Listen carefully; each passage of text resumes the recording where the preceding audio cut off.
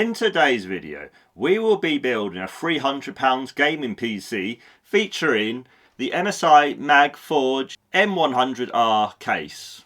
So altogether, the components that I've brought come to about £300, give or take a little bit. And I think I've done a pretty decent job for the budget that we've got. So let's obviously talk about all the components, talk over all the components that I have, and then obviously we'll give you a build montage and some benchmarks right at the end of the video. So I have actually filmed this a little bit out of sequence, but basically this is the actual platform. I've actually built this up and I've tested the actual platform out just to make sure that obviously we don't have any components that obviously don't work, so we don't want that. But basically, consisting of our £300 PC, we have first of all brought a Ryzen 3 3100 for £35.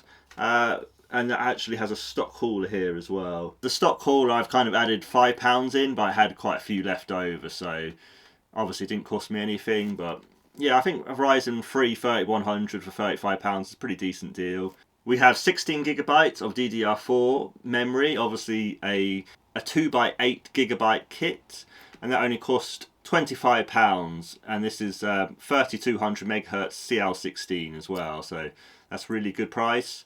Our motherboard we featured in the previous video that we had, which is the MSI B450M Pro VDH Max motherboard, and we paid £45 for this. I'll have all the prices right at the end so you can see the actual total as well. We then have my actual games drive, which is a 1TB NVMe. Although the actual 1TB NVMe I'm going to use when I actually sell this computer will be this Crucial P3 drive, 1TB Gen 3 drive for only £35 that I paid. So yeah, again, real bargain here. To actually get 1TB of storage in a £300 PC build is really good, so really happy with that. And then the main event really, in terms of obviously our GPU and our gaming sort of performance, is this RX 570 8GB version, which we pay £65 for. So yeah, the RX 570 is still a decent card. I would have kind of liked to get the RX 580 or potentially maybe even go up to a GTX 1070, but our budget just didn't quite allow for that. But I think for £65 we've got a very good graphics card here. Obviously, to get a discrete graphics card for only £300 total build, that's pretty decent actually. And to get an RX 570, it's going to be respectable 1080p performance here, so I'm pretty happy with that. Our power supply we've had to kind of skimp on a little bit. It's £45. It's this EVGA unit, which is 600 watts. It's only 80 plus white though, which is a little bit, yeah, not fantastic, but we'll get the job done. 600 watts is obviously going to be plenty for this PC. We're probably talking about 400 watts total usage, maybe 450 at absolute max total usage for the system, so 600 should be fine. It's a decent unit from EVGA in terms of price, which I only paid £45 for. It's okay. And then lastly is our case, which of course is the MSI MagForge M100R, which we have taken a look at in, I think, the previous two videos. If you go 2 videos back on my channel, you'll find that. I'll also link it in the top right hand corner so you can actually go and see that, where we did a sort of overview of the whole case, and I actually think it's really good, and I'm really excited to actually build in this case and give it a go. I think cable management will be really good. We've got we actually got 4 ARGB fans as well. Without further ado, let's jump into that build montage now.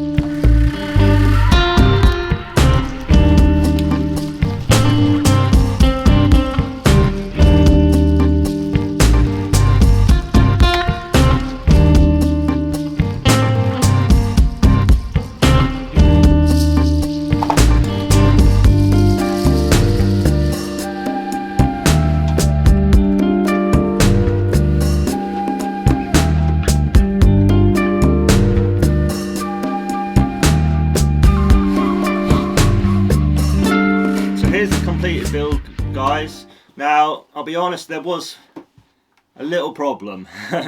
The RX 580 8GB version, although it seems to work and it does boot, for some reason the fans aren't spinning, and I don't know why. I've tried to reconnect things up. I don't know if something's got broken in shipping or what have you, but unfortunately I'm not going to be able to get any benchmarks now because the car's obviously just overheating when I'm trying to run any games, unfortunately. Like I say, it does boot, but obviously running any games is not gonna go very well if your fans aren't going to run. So unfortunately I'm not going to have any benchmarks here. I mean, I do think the builds come out quite well, and I will show you the RGB fans and everything. I'll have some B-roll here over the top of this so you can actually see the completed build, obviously. Yeah, I do think it's come out okay. There's maybe a little bit more cable management I could do. There you go. So you can just see that a little bit better. There is a little bit more cable management I need to do, and the rear just about goes on. So yeah, it was a little bit tight at the back. It was a little bit more tighter at the back than I thought it was going to be. To be honest, I thought there was going to be a little bit more cable management at the back, but there's just enough. Don't get me wrong, there's just enough. But the power supply I had has quite big, thick cables, especially the 24 pin. So unfortunately it's not gone quite as to plan as I thought, but you're going to get this with very, very cheap builds. You're going to get the odd problem here and there when using used parts and stuff like that. It's all part of the fun, I guess you could say it is. I mean, it has been quite fun to build, but at the same time a little bit frustrating because obviously, you know, the fan's not spinning your graphics card is never a good thing. So I mean, I could swap it out. I've got an RX 570 4GB, which I might just swap it out with, and then at least we've got a running PC that way. I mean, at the moment, obviously, I can't sell it on or anything like that, but it's okay as it is. We'll sort it out, or if I can't get it sorted, I'll just send the graphics card back because I'll get a refund because obviously I've paid for a fully working graphics card and I haven't got one currently. So we'll see how things go.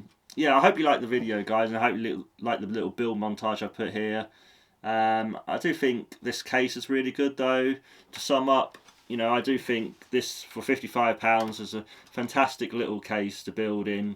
The build was fairly easy, like I said, but it was just the cable management in the back. You've got to be a little bit careful when you're using bigger, sort of thicker power supplies, or power supply cables, sorry. But overall, I do think it is quite a nice case. It can fit, obviously, quite a long graphics card, and obviously CPU coolers are fine here. More or less any CPU cooler is going to be fine. And the only thing I don't like is obviously this PSU shroud where you can see the PSU here. So you can see we've kind of used a bit of a cheapy PSU, but it's the only thing I don't like about the case. Apart from that, I think it's actually all come out pretty well. So I'll leave the video there. Unfortunately, I can't complete the video. I am sorry, but at least I'll have a video out for this week, so that's the main thing. So I hope you like the video, guys, and I'll see you guys in the next one. Please like, comment, and subscribe. See you guys.